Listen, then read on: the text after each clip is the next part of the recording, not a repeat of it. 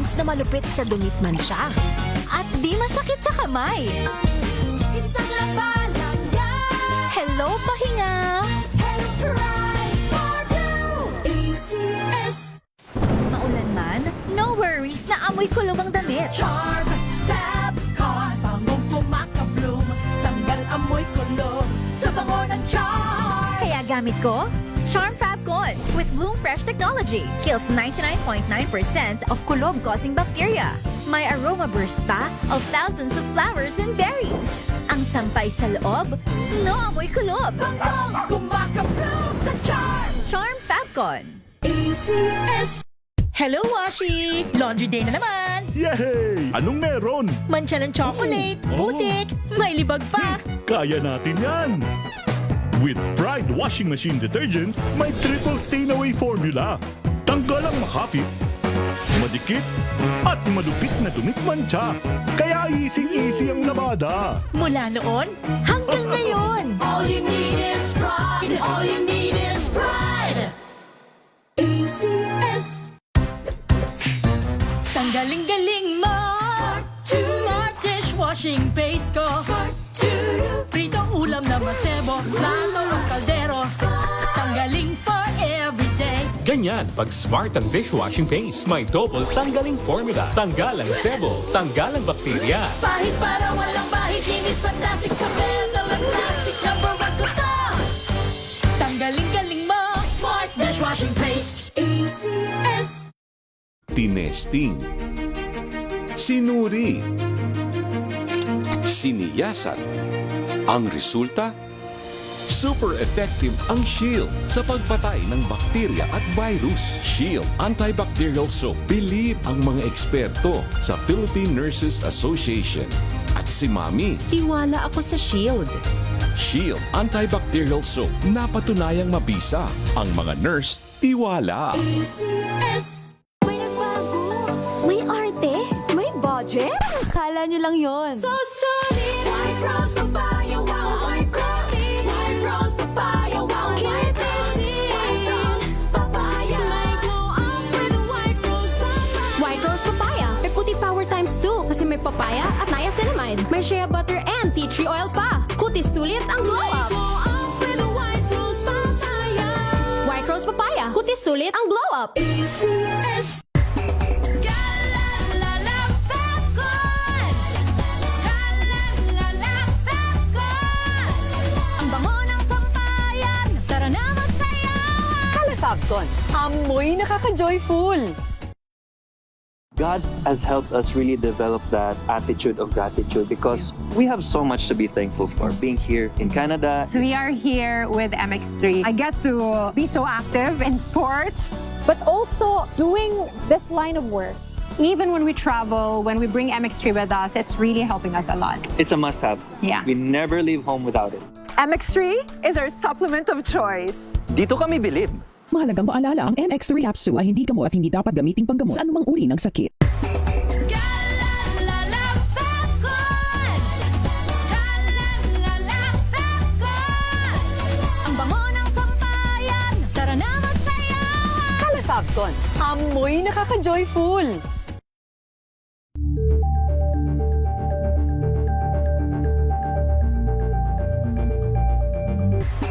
Galalala Fabcon. Galalala Fabcon. Ang bango ng sampayan. Tara na magsayawan. Kalafabcon, amoy nakaka-joyful!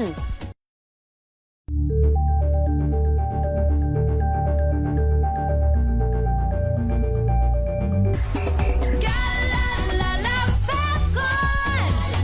Galalala Fabcon. Ang bango ng sampayan. Tara na magsayawan. Kalafabcon, amoy nakaka-joyful!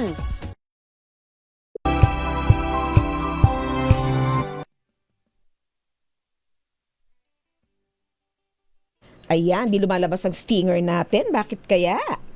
Ay, ayun. Ito na Radyo Henyo! Bagong kaalaman hatid nito sa science at technology. Pag-aralan, tuklasin at matuto Radyo Henyo! Yan, eskwela sa radyo. Umamon sa pag-unlad ng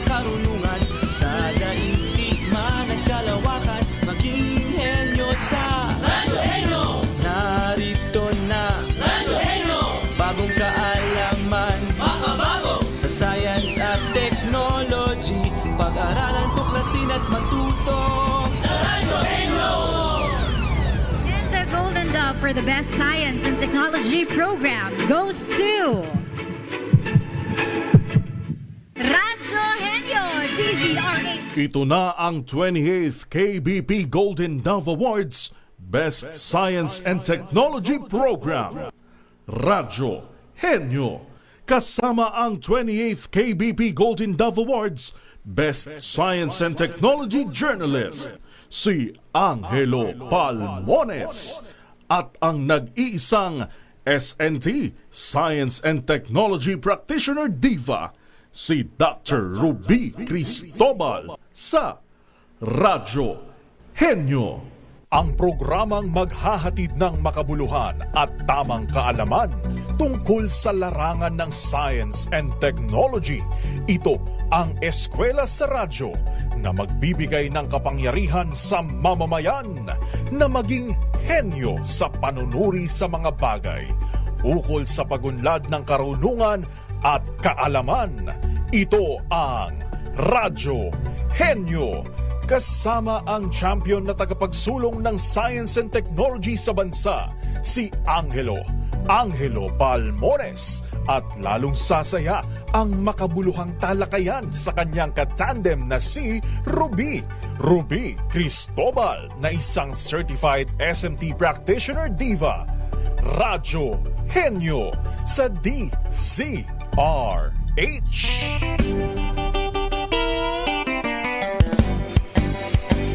Isang makaagham na linggo ng hapon, mga kahenyo. It's a beautiful day. It's a sunny day. A sunny Sunday. Kaya narito na naman ang isa pang edisyon ng Radyo Henyo na maghahatid sa inyo ng mga kwento tungkol sa science and technology. Ako po si Dr. Ruby Cristobal at tayo po ay magkakasama hanggang alas 5 ng hapon. Ngayong araw, makikipagkwentuhan tayo sa mga wagi sa International Olympiad in Informatics o IOI. Alam nyo ba yon? Meron tayong ganon. Ano nga ba ang informatics, mama? Tatanungin natin yan dun sa ating mga guest. At bakit mahalagang patuloy na maingganyo at suportahan ang mga kabataan na mahasa ang kanilang kakayanan sa larangang ito? Yan, ako. Pag-uusapan natin yan kasi yung mga ganyang larangan yan ng future. Yan yung tinatawag nating mga teknolohiya at mga pamamaraan ng future o kinabukasan. Makakapanayam natin ang coach at ang Philippine team na nagdala ng karangalan sa bansa ngayong 2026 bilang mga medalist sa ginanap na International Olympiad in Informatics o IOI.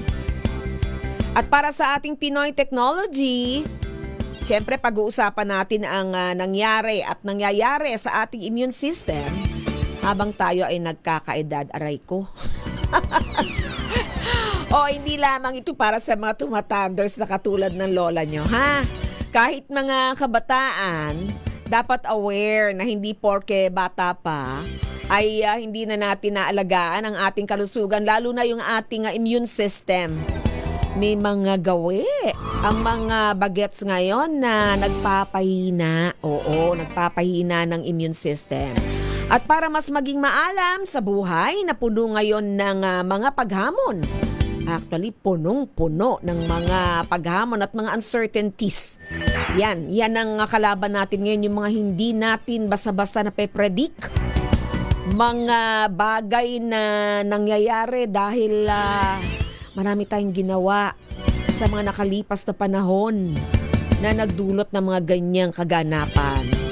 Tutok na sa pagbabalik ng Radyo Henyo pagkatapos lamang ng ilang paalala. Pilipinas ang oras 12 minuto makalipas ang alas 4 ng hapon. Ang oras na yan.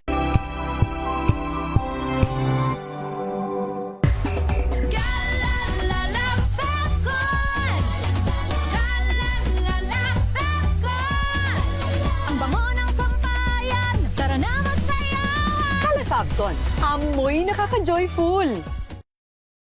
Sa puso ng kalikasan, natatangi ang prutas ng mangosteen. Ito ay nagtataglay ng antioxidant compounds na alpha, beta at gamma mangosteen. Ang MX3 capsule ay isang food supplement na gawa sa natural na mangosteen. Ito ay tested and proven to help avoid knee joint pain discomfort para iwas-iwas sa sakit with long-term supplementation 2 capsules daily. MX3 capsule. Tunay, natural at original. Mahalagang paalala, ang MX3 capsule ay hindi gamot at hindi dapat gamiting panggamot sa anumang uri ng sakit.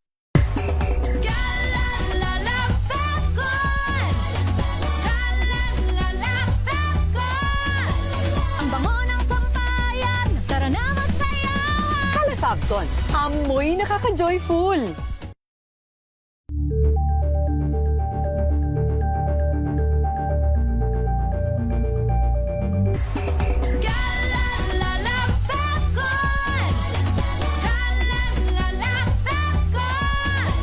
Ang bango ng sampayan, tara na magsayawan! Calefacton, amoy nakaka-joyful!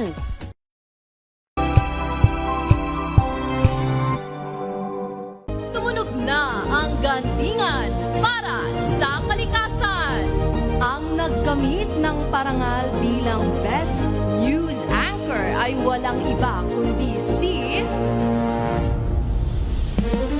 Angelo Palmones ng Magandang Umaga Pilipinas, DZRH Radio 666 kHz.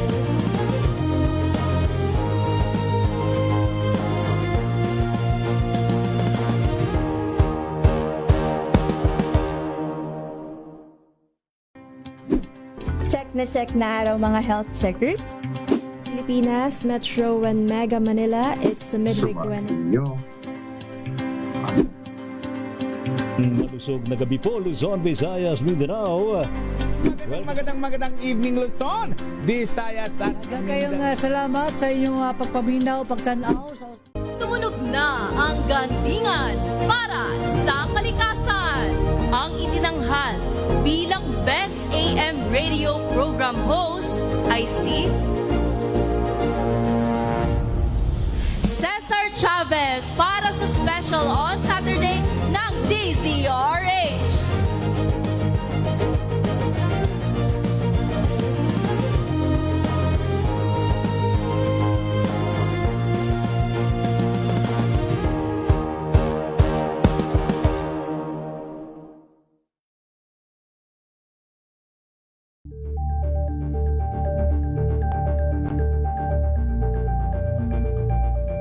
Ito ay bunsod ng naitalang 17 individual na ang kanilang naaresto. Ng Metro Manila Development Authority o MMDA, ang No Contact Apprehension Policy o NCAP sa Metro Manila. Sa ang ilang mga dokumento ay peke.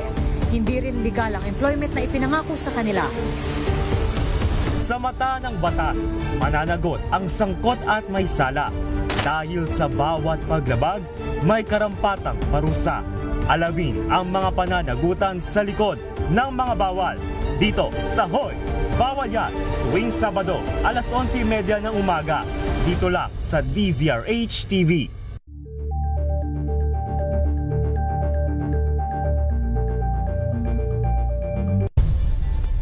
Nagsimula sa pangarap hanggang sa maabot ang tagumpay. Iba't ibang kwento, iba't ibang mukha ng atletang Pilipino. Mas pinatindi, mas pinalakas, at mas pinaaksyon sa Match Point tuwing Sabado, 12:30 ng tanghali sa DZRH TV.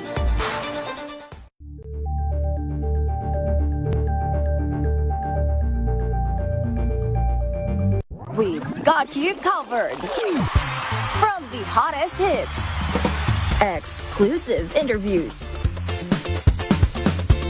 kilig to the bones fan meet experience, and hataw performances of your favorite stars. Saturdays, 12 noon, dito lang sa DZRH TV.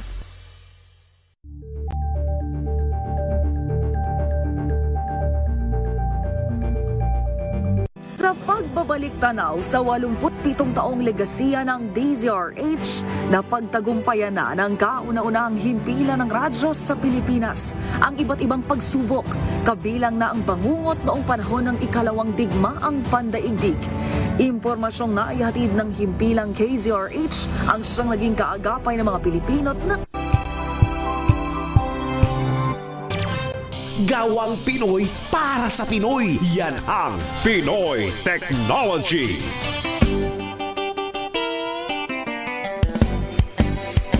Pilipinas, ang oras 18 minuto makalipas ang alas 4 ng hapon.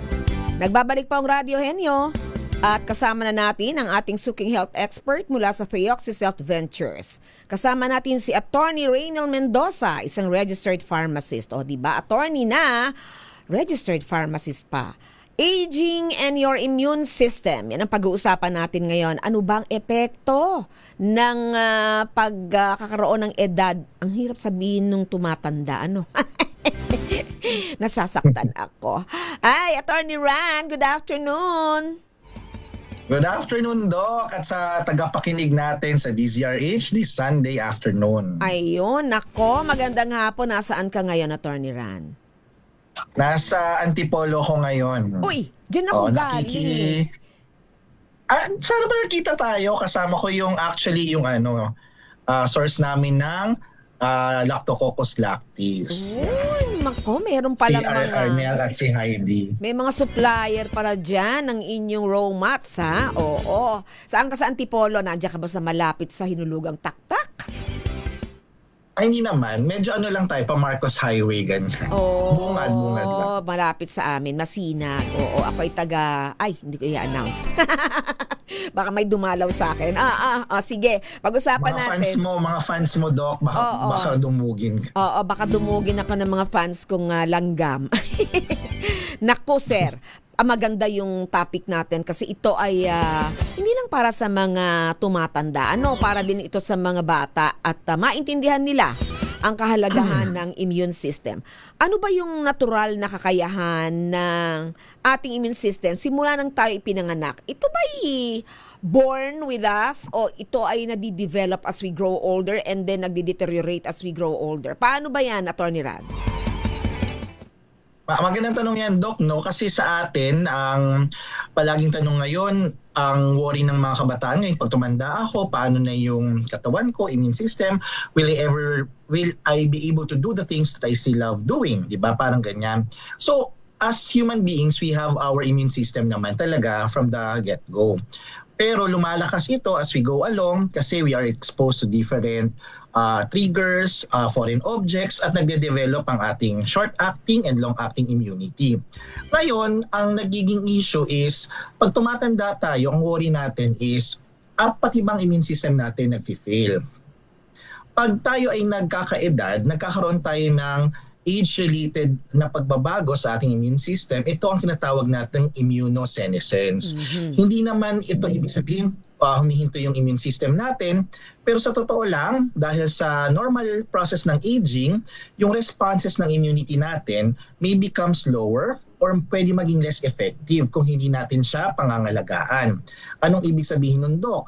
Yung pwedeng mangyari, hindi na nila ma-recognize yung mga bagong germs, mas mabagal yung response sila sa infection, mas maikli, no, yung response sila sa mga vaccines, pwede silang manghina, no, na hindi nila nare-remove yung mga damaged cell, at pwede mag-cause yun na mas mabagal yung wound healing natin. So yun nangyayari pag nagkakaedad tayo sa ating immune system. Okay. Maraming nung COVID-19 na pandemic, maraming mga elderly, yung, siguro dalawang klase, yung takot magpabakuna, yung iba naman pabakuna ng pabakuna kahit sapat na yung dosage, gusto pa rin pumila doon sa mga bakunahan dyan sa mga, alam mo yung mga centers na ginawa nung Department of Health. Gaano ba talaga gaano kahalaga ang pagbabakuna? Lalo na yung ngayon, wala nang pandemic, flu vaccine or yung pneumococcal vaccine para sa mga nagkakaedad, Attorney Ran. Yan, no? So maganda rin yung topic para sa ating mga nagkakaedad. Noong bata tayo, maraming nire-recommend na vaccine para mapangalagaan na tayo habang tumatanda. Kasi pag tumatanda tayo, katulad ng nasabi ko kanina, posible yung mga immune system natin or mga cells ng immune system natin pwedeng hindi na kasing effective kaysa nung bata tayo. Ang ginagawa kasi ng vaccine, nag-i-introduce ito ng napatay, napahina or parte ng isang microorganism, virus or bacteria man yan. At ang gagawin ng ating katawan ay aaralin ito para magkaroon siya ng information kung ano ang pwedeng pumatay sa foreign object na ito in the future. So ang mga B cells natin magmamature into plasma cells, gagawa sila ngayon ng specific antigen panglaban sa mga germs, microorganisms na ito na tinatawag nating antibodies. At dahil may memory cells tayo, no, matatandaan ng katawan natin yung mga infection na dumaan sa atin. So in the future, no, kahit matanda tayo, pag may pumasok na foreign objects, no, na nakita na ng katawan natin through the vaccine, meron na tayong panglaban agad dyan. Hindi na kailangang maggawa, mag-analyze ng immune system natin, agad-agad kaya niyang patayin with antigen kasi na-vaccine na tayo before. So it is a long-term protection given to us which is very useful even if we are already in our senior years. Ayun, okay. So, yan ay talagang specific, sa isang particular infecting organism, whether virus o bacteria, Yang mga tinatawag nating bakuna. Kaya mahalaga yan, mga kahenyo, ha? Hindi porke nagpabakuna kayo kunwari sa flu, covered na lahat ng hindi lang yung variants, kundi yung mga iba pang mga sakit, hindi po. Pag bakuna, very specific, may certain kumbaga coverage lang. Pero overall, kasi alam naman natin, alam nga naman pabakuna tayo ng lahat ng klase ng bakuna sa mundo para namang siguro kung sa kabataan natin okay lang yon in doses, di ba? Tapos pero pag may edad ka na, katulad ko, hindi naman at one time pwedeng siguro lang on scheduled basis at depende kung ano yung frequency, Pero paano ba natin maaalagaan yung ating immune system as we grow older, no? Sabi nga, hindi natin carry yan at hindi rin afford siguro nung iba na lahat ng bakuna kunin, So paano natin palalakasin internally and in a way naturally ang ating immune system, Attorney Ran? Yan. So, tama ka, Doc, kasi unang-una hindi naman lahat ng infection may na-discover ng vaccine. At kung matanda ka na, yung response ng katawan mo actually sa vaccine ay pwedeng mas mahina na. So, ano nga ba yung mga pwede natin gawin para i-boost ang ating immune system para labanan ng iba't ibang infection or sakit? Unang-una, alam naman natin, paulit-ulit natin sinasabi sa ating mga tagapakinig to eat properly, yung mga masusustansyang pagkain para makuha natin ang sapat na nutrients, exercise regularly. While exercising itself by itself does not prevent, does not stop aging, it can help prevent and actually activate different metabolic pathways sa ating katawan that supports immune system. Iwasan na po natin yung nakakasama sa katawan natin, kung pwede pong bawasan or tigilan, katulad po ng no offense men po sa ating mga masyadong umiinom ng alcohol, naninigarilyo, or even yung talagang nagpupuyat, nasa stress, dahil po ang ating katawan ay nagre-repair, nagre-recover when we are asleep. So you can also consider taking enough rest as part of boosting your immune system. Ang magandang balita lang, Doc, hindi na tayo nag-iisa para pangalagaan ang ating immune system. There are different innovations proven to be safe and effective para i-boost ang ating immune system naturally. Dito na po papasok yung Ultabio, which is the first postbiotic imported po from Japan. Ang magandang balita pa dito, Doc, this is proven through 17 human clinical trials. So hindi po ito ang kwentong barbero lang. Actually po, ginawa po ito ng isa sa pinakamalaking kumpanya sa Japan at gumawa ng more than 40 scientific studies on this one. Kaya good news po ito sa ating mga nakikinig ngayon. Ang ginagawa po kasi ng Ultabio, ina-activate po nito ang ating plasmacytoid dendritic cell. Ito po yung commander-in-chief of our immunity na nasa gut.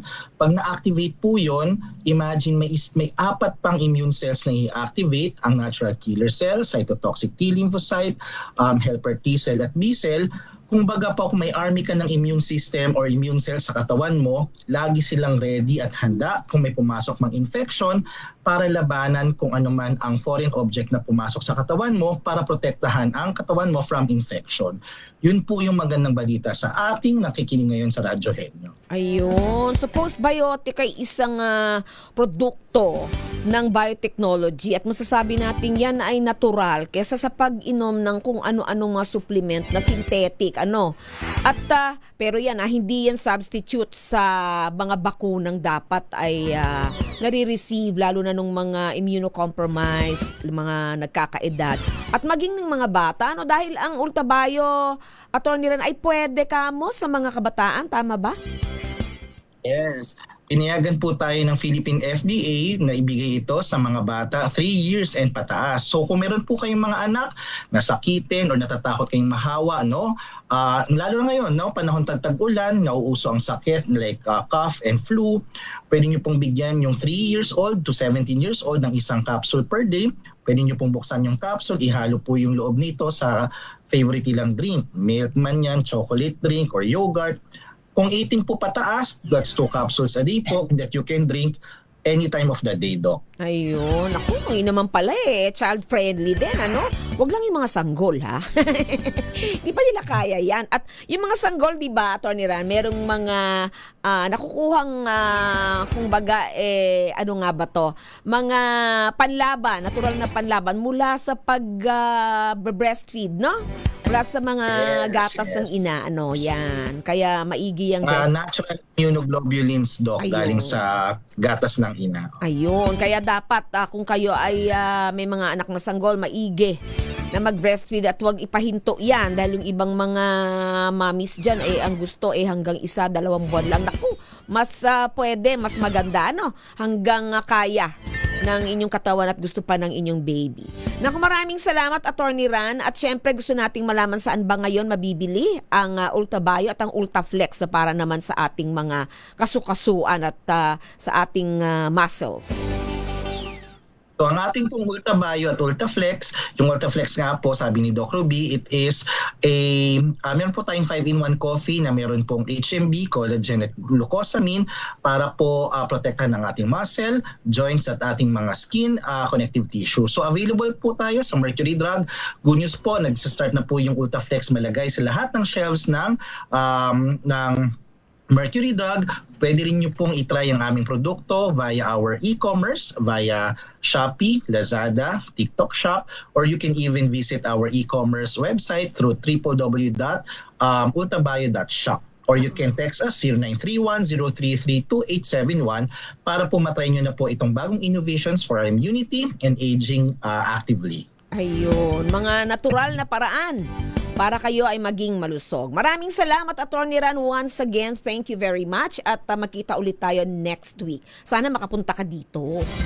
Diba? Pag may time. Hindi umulan, Doc. Gawan natin ang paraan yan. Yes. Pag hindi bumabaha. Oo, at least once a month. Yan po ang ating nakasama. Maraming salamat. Attorney Rainiel Mendoza, isang registered pharmacist mula sa Trioxis Health Ventures. Gawang Pinoy para sa Pinoy. Yan ang Pinoy Technology.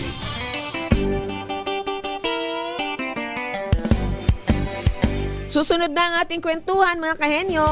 Kasama ng mga batang genius. Ang koponan ng mga Pinoy na kabataan at kanilang coach at mga mentors sa 2026 International Olympiad in Informatics o IOI. Sa pagbabalik yan ng Radyo Henyo, pagkatapos lamang ng ilang paalala. Pilipinas, ang oras 4:31 p.m.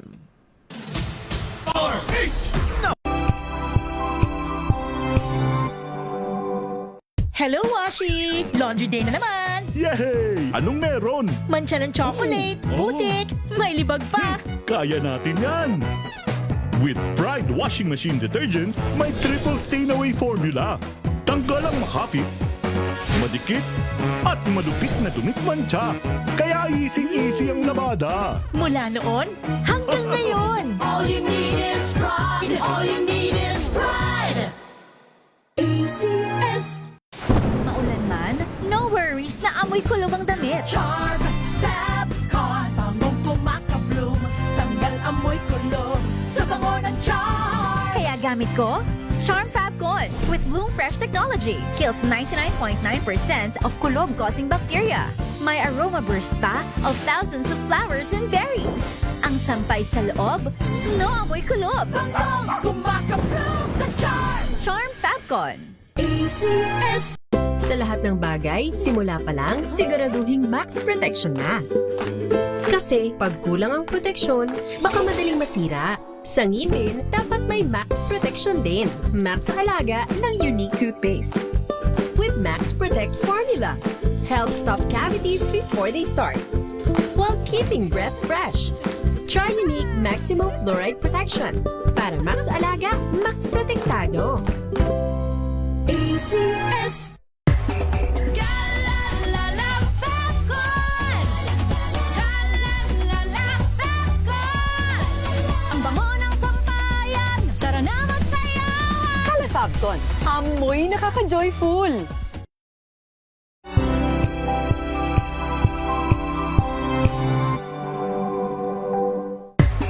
Galalala Fabcon. Galalala Fabcon. Ang bango ng sampayan. Tara na magsayawan. Califabcon, amoy nakaka-joyful.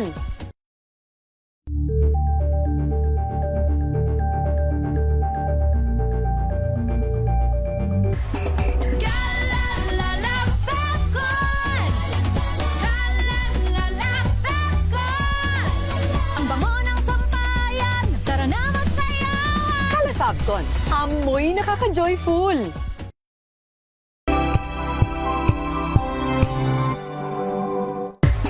Galalala Fabcon. Galalala Fabcon. Ang bango ng sampayan. Tara na magsayawan. Califabcon, amoy nakaka-joyful.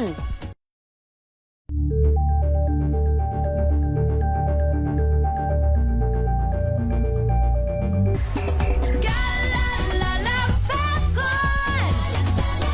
Galalala Fabcon. Ang bango ng sampayan. Tara na magsayawan. Califabcon, amoy nakaka-joyful.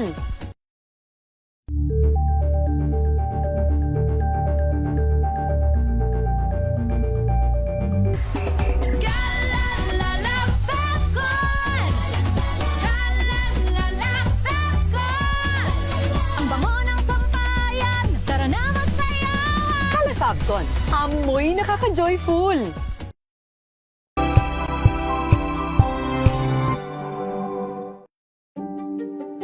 Buklatin ang mga pahina. Pakinggan ang boses ng lipunan. Tunghayan ang mga issue mula sa ibang katayuan. Nakakalungkot kasi deserve ba namin ng ganito? Na hindi nila alam kung ano talaga yung kanilang mga karapatan. Yung gobyerno, tinulungan nila yung kanilang magsasaka. Pinapatahimik tayong lahat using various laws. Through education, kayang-kaya nating baguhin yung ganitong klaseng pag-iisip. Isang kwento, iba't ibang anggulo.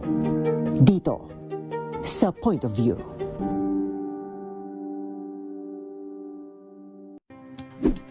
Check na araw mga health checkers. Ang mabuting balita ng ating Panginoon. Kasama pa rin ang ating mga eksperto. Ito po ang inyong balerina ng bayan, si Lisa Makuha Elizalde. Ito po ang Radyo Henyo sa DZRH. Una sa po. Tanong dito ay kailangan masagot sila, ang mga batang genius.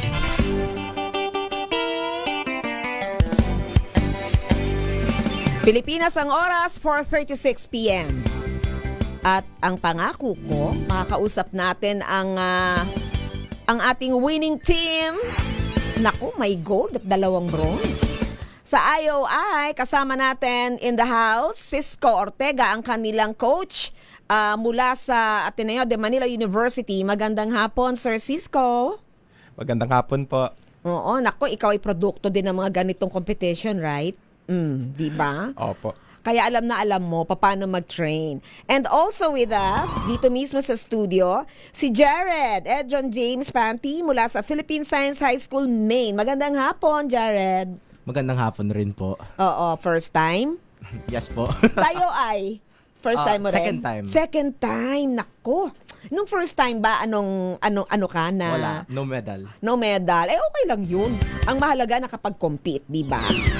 And with us as well via Zoom si Jerome ng Jerome Austin Te, gold medalist mula sa Jubilee Christian Academy. Magandang hapon, Jerome.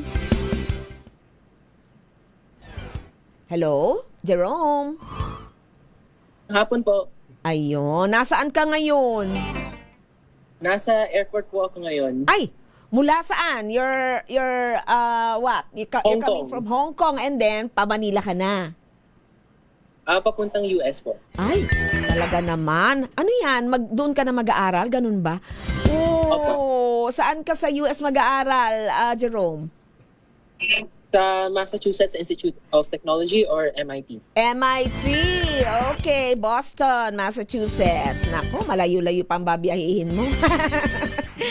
Okay, also with us is John Lawrence Nunez, bronze medalist from QAT Blended Learning ME. So you're calling from? Lawrence? Nandito po ako sa UAE ngayon. Naku, kung saan-saan ang ating mga... Ano ba yan, nag-OFW na ba kayo? Oo, hindi pa. Marami pa kayong aaralin. Ano naman ginagawa mo dyan sa UAE? Yung parents ko po is OFW dito, tapos dito rin po ako nag-aaral. Oo, kaya pala blended. So, diyan ka talaga base. Oo. So, lahat kayo ngayon ay masayang magkakasama. At maganda yan, na ikaw rin ay nagko-compete para sa ating bansa. Also with us is Gabby De Vera. Siya ay isa sa mga mentors. Sir Gabby, are you here? Are you there? Hello po. Ayan. Oo. Rinig ko ba ako? Oo, yes, narinig ka. So ano naman ang ginawa mo para sa ating mga katropang mga medalist? So, kukover ko po yan mamaya-maya. Pero mostly yung ginawa ko, parang ako po yung naganda ng mga problems. Tapos, in-oversee ko talaga yung training po nila para dun sa IOI. So, yun po. So, nag-jamming kayo ni Coach Cisco. Sino pa bang kasama natin? Si Farrell? Andyan ba si Sir Farrell Eldrian Wu? Are you there? Hi, Farrell. Good to see you. Where are you, Good to see you again. It's a long time. Yes, oo. Alam niyo si Farrell, 6 years old pa lang, kilala ko na. Math pa lang. Where are you now, Farrell? I'm at Boston. My school starts in a couple of weeks for my PhD. Naku, di sasalubungin mo dyan si Jerome. Di ba? Papunta dyan si Jerome. Magkikita kayo. Naku, talaga naman. Ang mga IMO, IOI, ano pa, baka pati IOAI at mga taga sa Physics Olympiad din, IPHO, baka yan ay nakikita-kita lang kayo sa MIT o sa Stanford. So maraming salamat sa inyong pagdalo dito sa ating kwentuhan. Hindi ito formal na interview, no? Ito ay actually kamustahan o kumustahan, ano? So unang-una, congratulations sa buong Philippine team sa inyong partisipasyon. Siyempre kasama yung mga mentors at coaches at sa inyong mga naiuwing mga medalya at karangalan mula sa 2026 IOI. Tanungin natin si Coach Cisco kasi ang aga niya Oo, early bird. Ilang taon na tayong sumasali sa IOI, sir? Since 2014 po, nagpapadala ng delegation. Tapos every year since then, sumasali po kami.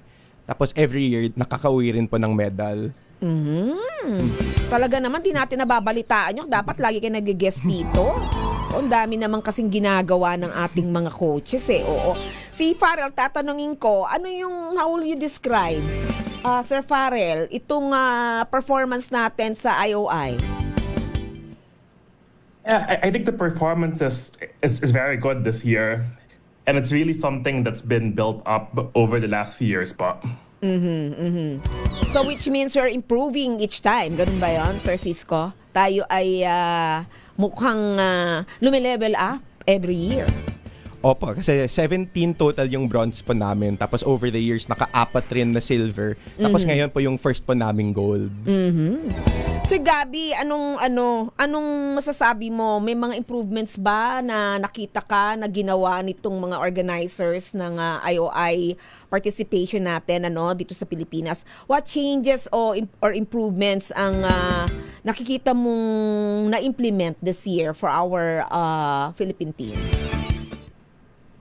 Marami po. I think i-cover po ni Farrell yung iba. Pero yung ilan sa mga ginawa po namin this year. For one, nagsimula po kami ng mentorship program. So, yung sa sistema na to, parang nagbigay kami ng one-on-one training dun sa hindi lang sa mga IOI participants, pero pati rin dun sa mga miyembro ng NoyPH community. Yung thing dun sa competitive program is maraming topics talaga yung kailangang matutunan. At hindi lang coding yung tinetest dito, kundi pati rin yung pag-apply ng mga techniques, ng algorithms sa iba't ibang sitwasyon. So, mahirap talaga malaman kung anong kailangang aralin. Kaya dito nakakatulong talaga yung mga mentors. So, in one-to-one training, each trainee can ask a mentor with prior experience in competitive programming for advice. Kaya, dahil dito, I think napabilis ang pagkatuto ng mga mag-aaral. May konti pa po, meron pa kami ibang ginawa. So, okay lang po ba if i-continue pa? Perfect. Oo naman. Pero, sige, tanungin natin muna yung mga kabataan kung ano yung kanilang... sige po. Probably, siyempre, di ba parang contextual ang learning hindi natin yan ma-anticipate lahat, di ba? Although, of course, we have a general idea ano ba yung weaknesses natin. Pero siguro tanungin natin bawat isa sa kanila, lalong-lalo na itong si Jared na kasama natin ngayon. Ano ba yung palagay mo weakness mo o pinaka-challenging sa'yo as far as your participation in IOI is concerned, Jared? I think yung 2 years na nag-compete ako, I think the hardest part really is yung stress. Kasi nung first year, parang mababa yung score ko nung day 2 kasi na-stress ako. Same with this year, mababa rin yung score ko. I think after the contest, parang mga 90 out of 300 lang yung score ko. Tapos, after the contest, napataas ko to like 170. Wow. So, talagang, nawalan ka na ng stress. Ano ba? O, at home ka I think na. so. Parang palagay na yung loob mo kasi. Oo. Stress is really a factor. Minsan, alam mo yung sagot, pero parang ang gulo ng isip, Kasi, pag informatics, diba, you have to be very organized. Algorithm yan no? Coding, oo. Tanungin natin si gold medalist, Jerome. Okay. Yes po. Meron bang mahirap na na-encounter ka, whatever, sa question o sa process ng training or even during the competition? What was the most challenging part of being part of the IOI? I think the most challenging part of dealing with the IOI is having to deal with failure. Dahil kapag hindi mo nagustuhan ang medalyang na iuwi mo, minsan malulungkot ka, pero at the end of the day, you have to get back up and you have to train for yung mga succeeding years na competition. Oo, naku, mukhang may balak si Jerome, babalik pa. Oo, baka mag-Hall of Famer ka. Pwede pa ba si Jerome next year, Coach? Ay, hindi na po kasi graduate po siya. High school competition po ito. Ayun, naku, doon ka sa college. So, at least, ito ba yung first time ni Jerome? Pang-apat na po actually. Ay, kaya naman naka-gold o hasang-hasa na. That's good. You have brought honors to the country at siguro sa mga susunod pang mga delegasyon, dapat mawala yung stress. Dapat enjoy nyo yung quest for excellence. Ako sa haba ng panahon na nasa SCI ako, yan ang payo ko lagi sa mga kabataan. Dapat, hindi naman totally stress-free, pero chill lang. O, diba? Mahirap bang gawin yun? Alam na ni Jared yung sikreto. Okay. Sige, tanongin natin yung, sino pa ba yung hindi ko natanong? Si Lawrence, tanongin natin. What's the most challenging part of being in IOI or being part of IOI? Lawrence.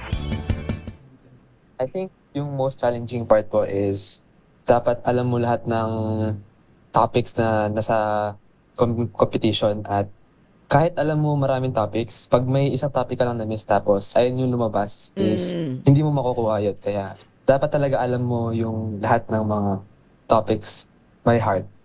Naku, parang sa informatics. Actually, ako I have no idea how to do that, ano. Sir Cisco, what do you mean by knowing all the topics so you would be able to master?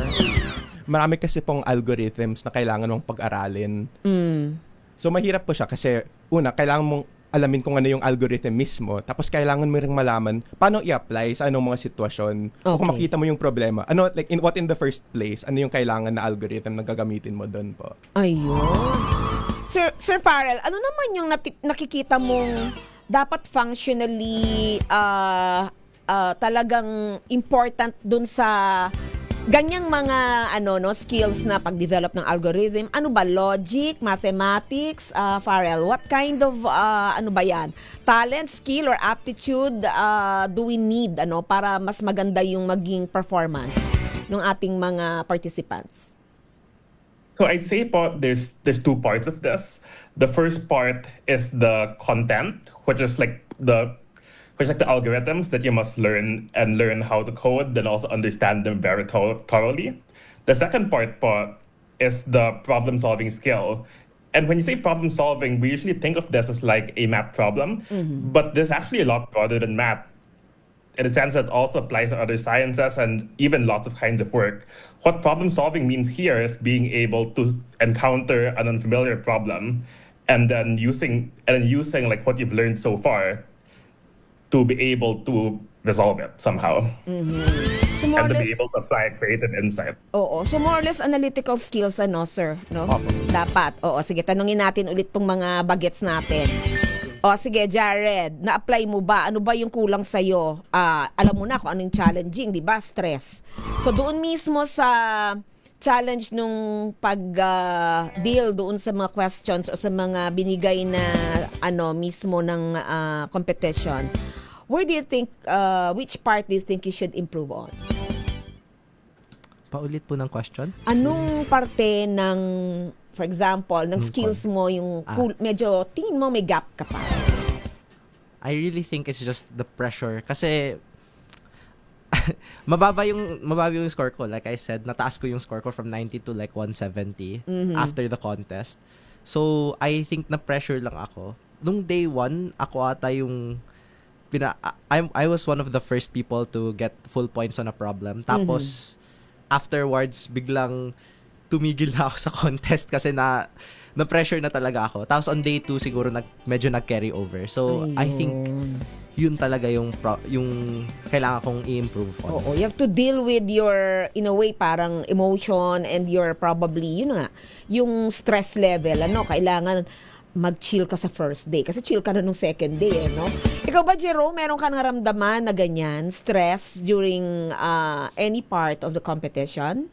Jerome? I think mas hindi ako na-stress during the competition dahil yung mga tasks were fortunately in my favor. Okay. I think it also helped na nung araw na yon, the previous day we had watched Spider-Man, Brand New Day, yung isang bagong movie. So it really helped na ipababa yung stress because yung IOI is not just a competition but it's also a cultural experience. Ayun. Naku, napakagandang sagot. O, totoo naman yon.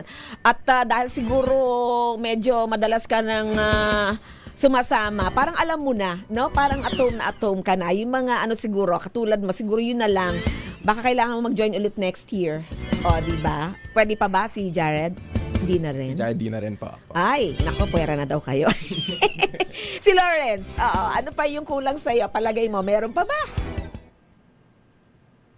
Palagay ko po, malaking kulang sa akin is yung skill ko sa mathematics. Kasi nanggaling po ako, hindi po ako magaling sa mathematics and I try to compensate po gamit ang aking coding skills dahil sa mababa kong skill sa mathematics. Ayun pala, kailangan magaling ka rin sa math. Bakit kailangan ng math, Sir Coach? Kasi po, logic, problem-solving, analysis. Like, iniisip natin yung math is about numbers, pero sa totoo naman, math is really about problem-solving. So, ibang klaseng problem-solving po ito sa algorithm, sa IOI, pero problem-solving pa rin. So, does it follow, Farrell, na pag magaling ka sa mathematics, magaling ka rin sa informatics, Sir Farrell? Is that right? Oh, I actually have a lot to say about this since I was one of the first who tried to go from IMO to IOI. I'd say there's a lot of adjustment, and there's still a lot to learn. That's not just math, but that's what made it feel worthwhile to do. If it was just going to be math, then it's just going to be IMO part 2. But since there's a lot more to learn regarding the algorithms and a lot to learn about computer science, that's what makes it a different contest from the IMO. So it's math plus more, di ba? But basically, dapat meron kang magandang foundation sa mathematics. Do you agree with that, Sir Gabby? Ikaw ay nag-participate din, di ba? Last IOI. So would you agree that you have to hone your mathematics to be able to really get to IOI? Gabby? Ay, totoo po yan. Totoo po yan. Kaya kailangan po talagang ihanda rin po yung sarili sa mathematics. Kasi, for one, maraming arithmetic na involved sa mga problems. Pero hindi lang po yun eh. Talagang sa pag-aaral ng mathematics, natututunan mo rin yung logical thinking na kailangan para sa mga mas mahirap na problems dun sa IOI. Actually, hanggang ngayon nag-ano pa rin ako. Gumagawa pa rin ako ng competitive programming. Nasa team ako ng school ko.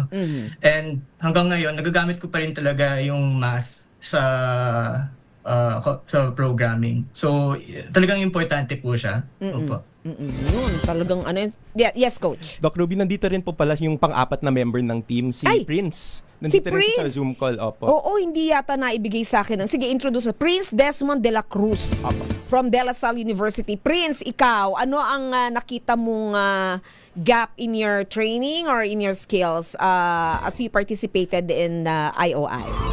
Go ahead, Prince. Magandang hapon po. Narinig ko ba ako? Yes. Okay, so sa aking opinion po, yung pinakamahina ako sa mathematics dahil pag kumpara mo po ako kay Jerome, magaling yan sa mathematics at marami na siya nasalihan na contest sa mathematics. Pero ako, ito yung pinakauna kong international Olympiad. Kaya kailangan ko po talaga improve yung mathematics ko. At di lang yun, dahil sa contest, na-stress talaga ako. Malaking factor rin pa yung stress sa performance ko. Ayun. Dahil, again, ito pa yung pinakaunang international Olympiad na sinalihan ko. Tas, sobrang mahirap yung mga problem na binigay. Kaya, na-stress ako. Nako. Talaga, in effect, naka-affect pa yun dun sa performance ko. Kaya, I will make it a goal na improve my time management skills and stress management. Ayun. Nako, ayan, Coach, at mga mentor, Sir Farrell, at syempre si Gabby, no? So, narinig natin, yung mga naging challenges nila ay mostly stress-related, math foundation or math training, at even time management. Ano yung plano natin, Coach Cisco, for the siguro succeeding trainings natin sa IOI? Maganda po kasi na nasabi rin ni Farrell na we were able to make this community, lahat ng mga nag-graduate na dating participants, silang naging mga veterans, mga alums, sila na rin yung nagtitrain ng mga bagong members. Oo.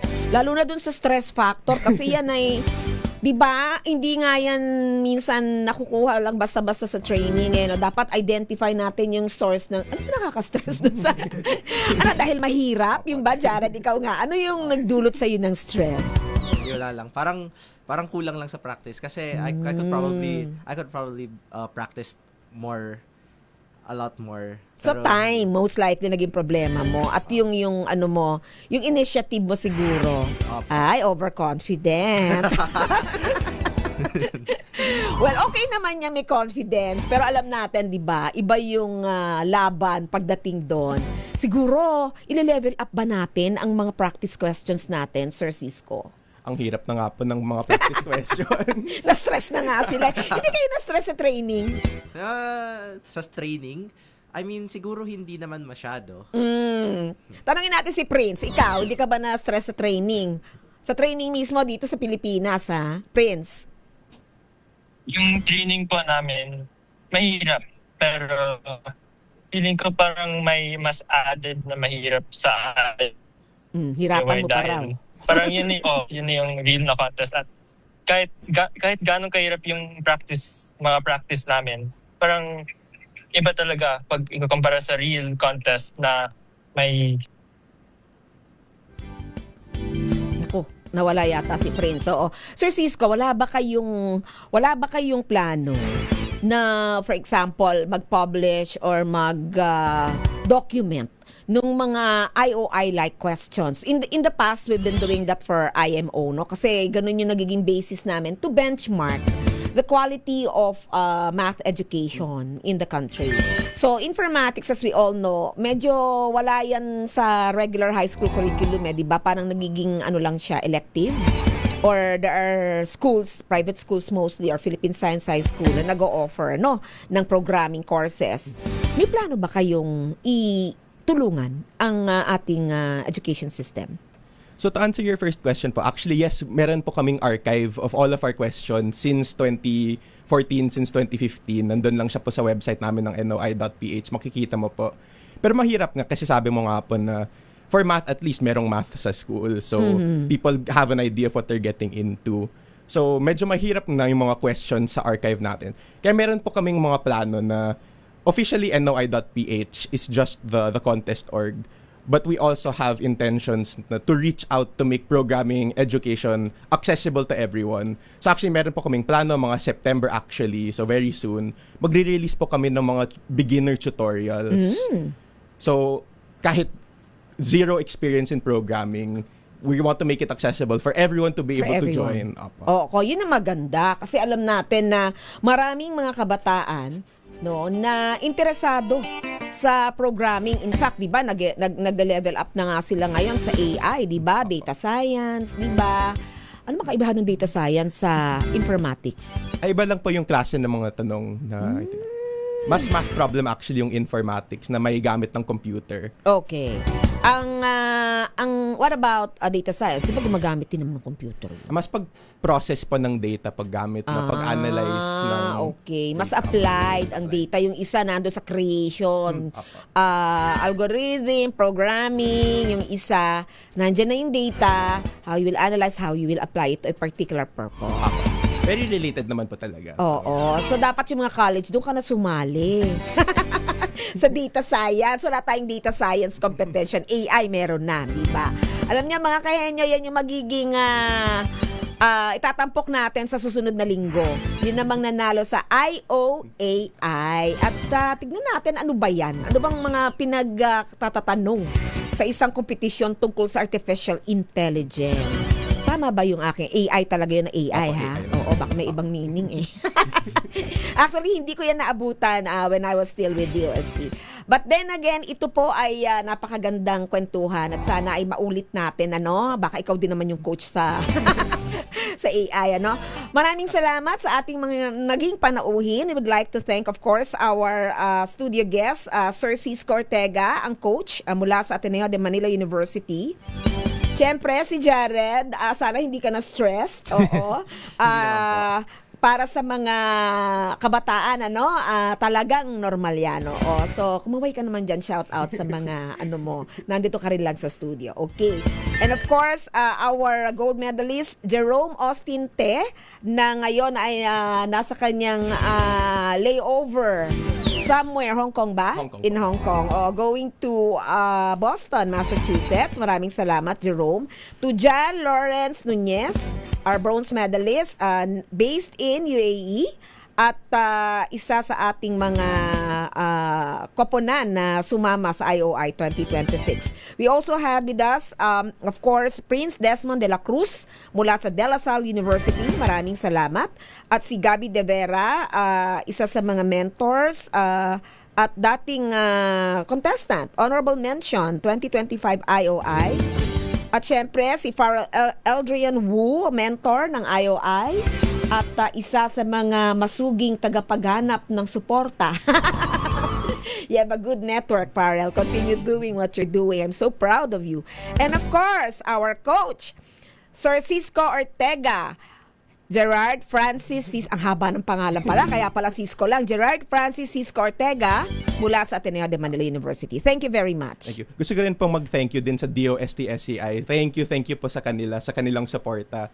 Dahil po sa kanila, we're able to go every year sa Egypt, tapos Bolivia, this year Uzbekistan, tapos next year Potsdam, Germany. Naku, congratulations SCI, nagbunga. Ito ang inyong ROI. Oo. At hindi lang yan, hindi lang medalya ang ating return on investment. Yung mga susunod pang gagawin nitong ating mga kabataan. I'm sure committed sila, no? Hindi lang siguro sa kanilang mga sariling ambisyon, pero doon sa kanilang pagiging natag na natin to no? Mga batang genius, oo, at mga talaga namang excellent in informatics and mathematics. Assume na natin yan, claim na natin yan, kahit sabihin nyo. Gap ninyo yan, oo. Again, congratulations and thank you very much. Thank you po. Thank you po. Okay, thank you. Mga kahenyo, yan po ang ating mga batang scientists. Yes, bye-bye. Ang ating mga online na mga kasama. Oo, sila Gerard at sila Sir Farrell, of course, at yung mga iba pang na-mention ko kanina. So, mga kahenyo, yan po ang ating mga... Isip nila ay malikot, tanong dito ay kailangan masagot sila. Ang mga batang genius.